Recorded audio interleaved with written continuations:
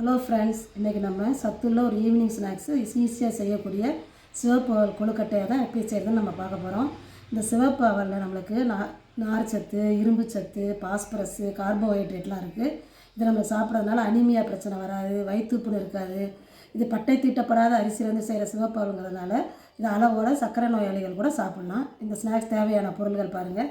நீங்கள் எந்த கப்பில் எடுக்கிறீங்களோ அந்த கப்பில் தான் எல்லா அளவும் எடுத்துக்கணும். இது நான் 200 கிராம் 200 அவல் எடுத்திருக்கேன். அது 200 கிராம் அவல். அதே அளவுக்கு 1.25 கப் 200ல் ஒரு உலக்கு வெல்லம், அது கொஞ்சம் 1 ஸ்பூன் எள், 1 ஸ்பூன் தேங்காய், அதுக்கு 3 ஏலக்காய். இப்போ நம்ம அடுப்பை பற்ற வச்சுட்டு ஒரு கனமான இரும்பு சட்டியை வச்சுட்டு சும்மா ஒரு 1/2 டீஸ்பூன் நெய் ஊற்றி இந்த அவலை வறுக்க போகிறோம். இந்த அவலை நல்லா ஒரு 10 நிமிஷம் நல்லா முறுமுறுன்னு ஆகிற அளவுக்கு வறுத்துக்கணும்.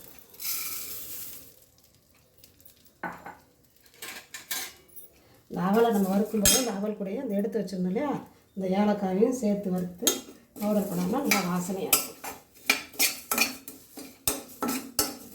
இந்த அவலை நல்லா வறுத்த பிறகு நல்லா ஆற வச்சு இதை மிக்சியில் போட்டு பவுடர் பண்ணோம்னா அடுத்தது அதுக்கப்புறமா நம்ம பார்க்கலாம். இந்த பாருங்கள், இந்த அளவுக்கு நல்லா அவலை வறுத்தாச்சு. நீங்கள் கையை வச்சு இப்படி நொறுக்கி பார்த்தீங்கன்னா நல்லா நொறுங்கும். இதுதான் அந்த பழம். இதனால் நல்லா அவலை ஆஃப் பண்ணிவிட்டு மிக்சியில் போட்டு பவுடர் ஊற்றி கொண்டு வந்துடலாம். அதுக்கப்புறம் மற்றது பார்க்கலாம். இந்த வறுத்த அவலை மிக்சியில் போட்டு நல்லா பொடிச்சு கொண்டு வந்தாச்சு. இப்போ இந்த கொழுக்கட்டை எப்படி செய்யலான்னு பாருங்கள். நான் எல்லா அளவுகளுமே இந்த உலக்கு 200 அளவுள்ள உலக்கில் எடுத்திருக்கேன். நீங்கள் எதில் எடுத்தாலும் அந்த அளவுலேயே எல்லா அளவும் எடுத்திங்கன்னா தான் கரெக்டாக இருக்கும். இப்போது இந்த ஒரு பங்கு அவல் எடுத்தோம்னா 1 கப்பு அவலுக்கு 2 கப் தண்ணி.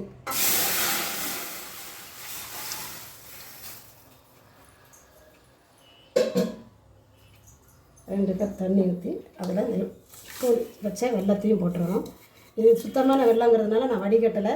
நீங்கள் கொஞ்சம் வெல்லம் டவுட்டாக இருந்ததுன்னா நீங்கள் லேசாக முதல்ல வடித்து எடுத்துட்டு அதுக்கப்புறம் நீங்கள் திரும்ப வைக்கணும். நல்லா இது வந்து பாகுபதம் வேண்டாம், சும்மா கரைஞ்சா போதும். கரைஞ்ச பிறகு என்ன செய்யணும் பாருங்கள். இப்போ பாருங்கள், வெல்லம் கொதிக்க ஆரம்பிச்சிருச்சு. பாகுபதம் வர வேண்டாம்னு ஏற்கனவே சொன்னேன் இல்லையா, அப்படி கொதித்த பிறகு சும்மா ஒரு சிட்டிகை உப்பு. எதுக்காக நம்ம உப்பு போடுறோம்னா, உப்பு போட்டால் அந்த இனிப்பை நல்லா தூக்கி காட்டும். அப்படிங்கிறதுனால எந்த ஸ்வீட் செஞ்சாலும் நம்ம கொஞ்சோண்டு உப்பு போடணும். இப்போ கொதித்த உடனே நம்ம ஏற்கனவே எடுத்து வச்சுருந்த தேங்காய், எள் எல்லாம் போட்டு ஒரு நிமிஷம் கொதித்த உடனே கொஞ்சம் 1 ஸ்பூன் நெய் கொஞ்சம் ஊற்றினோன்னா ஒட்டாமல் வரும். அதுக்காக கொஞ்சோண்டு நெய் ஊற்றிக்கிட்டு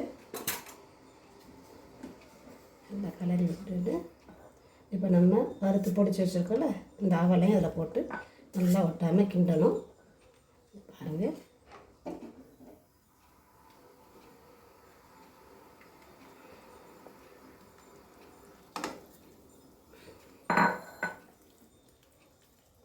பார்க்க தண்ணியாக இருக்க மாதிரி இருக்கும். நம்ம கிண்டனோம்னா கட்டி ஆயிடும்.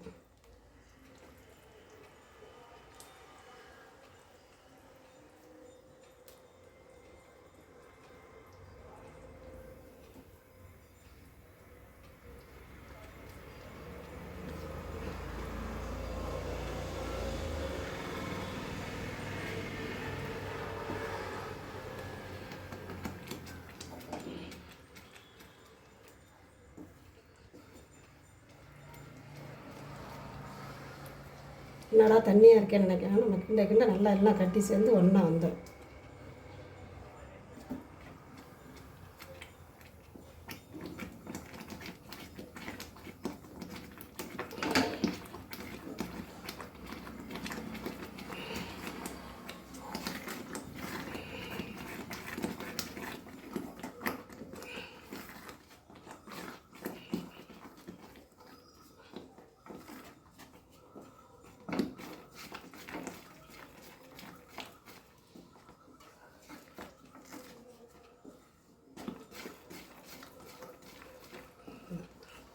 நல்லா வெந்துச்சு.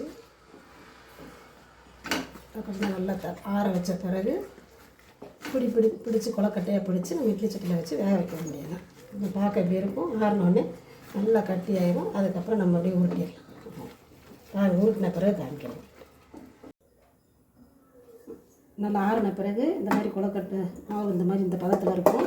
அதை நம்ம உருட்டி நம்ம வேண்டிய ஷேப்பில் உருண்டையாக உருட்டிக்கலாம். இல்லை இந்த பிடி கொழுக்கட்டை மாதிரி செஞ்சு இட்லி குக்கரில் வச்சு நல்லா தண்ணி கொதித்த உடனே வச்சு ஒரு 10 நிமிஷம் வேக வச்சு எடுத்தோம்னா சுவையான அவல் கொழுக்கட்டை தயார். முடிஞ்ச பிறகு உங்களுக்கு காமிக்கிறேன்.